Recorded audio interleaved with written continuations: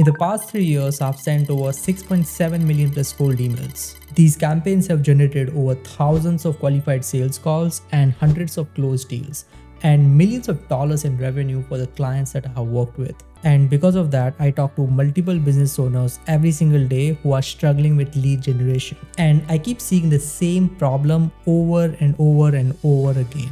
The good part is that most problems are easily fixable, but most businesses don't even realize that these problems are holding them back. So in this video, I'm going to break down the solutions to the exact problems that are killing your cold email results and exactly how to fix each one of them so you can stop guessing and start building a system that actually works for you. Let's start with the biggest one, because if you get this wrong, then nothing else that I will say in this video will matter. And it's your offer. Even in 2026, when there's so much more knowledge and so much more people talking about offer creation, still 90% of the businesses I talk to don't have a cold traffic ready offer. And most of them don't even understand what offer actually means. And no, it's not giving guarantees with your solution. Let me explain you what I mean, because this single thing will determine whether you book 50 meetings a month or zero. What most businesses do is that they take the exact same service positioning that they sell to warm introductions and referrals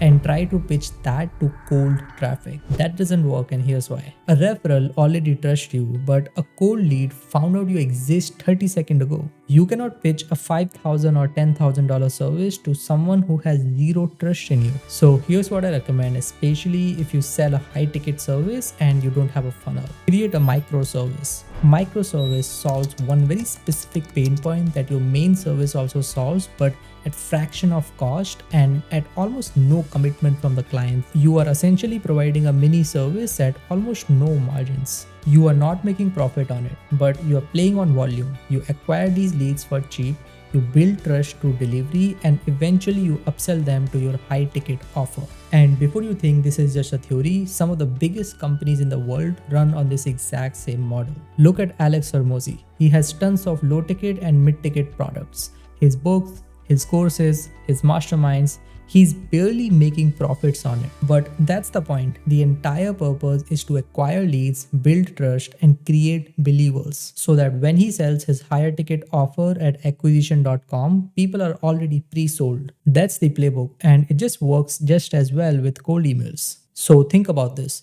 What micro offer you can create which doesn't take a lot your time, effort, or money to fulfill on. Something where the fulfillment can be mostly automated. Instead of cold emailing your $5,000 to $10,000 service, why don't you start marketing this micro offer instead? You will get way more traction because the pricing is so low that it's basically a no-brainer, low risk, and even low commitment as well. And once they're in your ecosystem, that's exactly where the real money is made. Now your offer is the biggest lever. Fix that and your cold emails will get 10 times easier overnight. But there's another pattern that I keep seeing, which is literally setting up these businesses to fail before they even send their first campaign. And this one is going to be a hard truth for a lot of you watching this video right now. A huge number of businesses are fully relying on cold emailing agencies or freelancers to generate meetings for them. I'm going to be straight with you. This is completely wrong approach for at least most of you. And I say this as someone who actually runs an agency. So listen to me carefully, because I have no reason to tell you this other than the fact that it is the truth.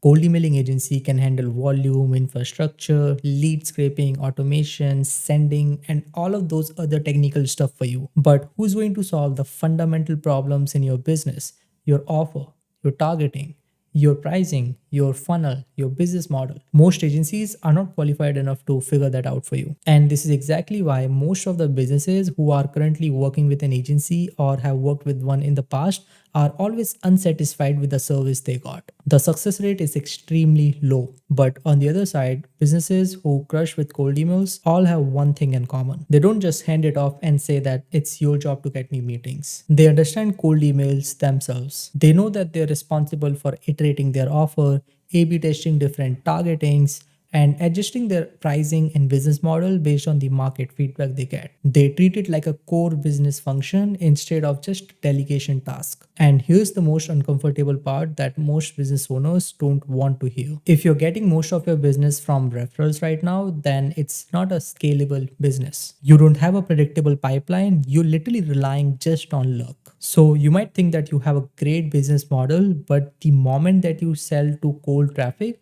your entire business will flop. And that's why your cold emails will never work. So here's what I recommend. Before you outsource cold emailing to anyone, just try it out yourself. Either take a course and learn from it, or hire a consultant who will help you implement it internally. Because running cold emails yourself is one of the highest ROI activity you can do as a business owner. You're not just working on a marketing channel. Instead, you're pressure testing and rebuilding your offer, your positioning, and your business model for cold traffic. Once you crack the winning formula internally, then you can hire an agency and scale it. That's the correct order. Learn first, keep testing until you win, and then eventually scale. And the best part is that once you find the winning offer via cold emails, you can literally replicate it to all your other marketing channels like content, advertisement, LinkedIn, and all other. So if you fix your offer and take ownership of the channel, you're already ahead of 90% of other businesses who are doing cold emails. But there's one more thing that silently kills results, and this is the most technical part. If you get this wrong, then your emails are literally going to black hole and you don't even know it. The next thing I keep seeing is that businesses think that they're sending a lot of volume, but all they are doing is literally sending 200 cold emails per day and thinking that they are doing high volume cold outreach. That's not volume, that's literally a rounding error. Let me tell you why the math is important here, because once you see these numbers for yourself, you will understand exactly your pipeline is dry. If your offer is solid, then the benchmark is roughly one positive reply for 300 to 500 emails sent. At 1500 emails a day, that's roughly around 3 to 5 qualified leads daily. That's way better than sending 200 emails a day where you might not even get a single positive reply on daily basis. And that's when people conclude that cold email doesn't work for them. It's not that cold email didn't work for you.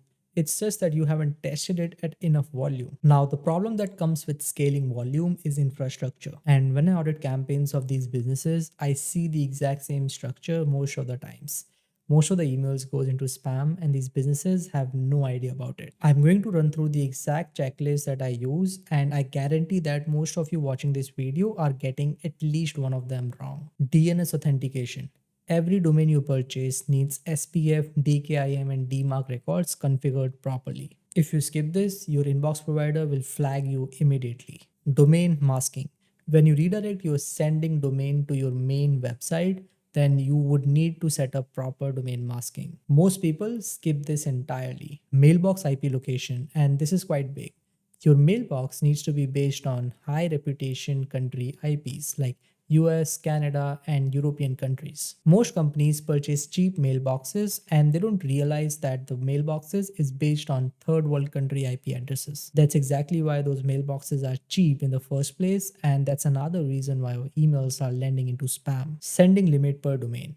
If I'm using Google, then I ensure that I'm not sending more than 10 emails per day per mailbox. 3 mailboxes per domain, that's around 30 emails per day per domain at max. That keeps my domain reputation at peak, and that's another reason how I'm able to scale to more than 1500 emails per day without risking my domain health. If you want to scale further, then all you do is just add more domains and mailboxes. Email content hygiene. No HTML formatting, no attachment, no links, no images, no spam trigger words, and enough spin text for variations. If your email looks like a marketing blast, then it will get treated like one. If you get all of this right, the offer, the targeting, the ownership, the infrastructure, then cold emails will literally turn from a frustrating expense to your most predictable revenue channel. And if you want to learn my system step by step, then hear me out. I teach all of this in much more detail in my 45 plus hours of recorded course. Offer creation, lead scraping, infrastructure, deliverability, campaign strategy,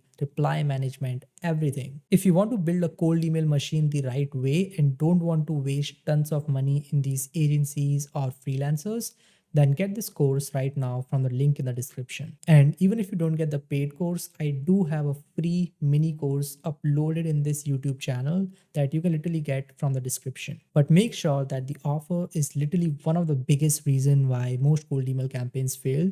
The second is infrastructure, and third is probably the ownership. I'll see you in the next one.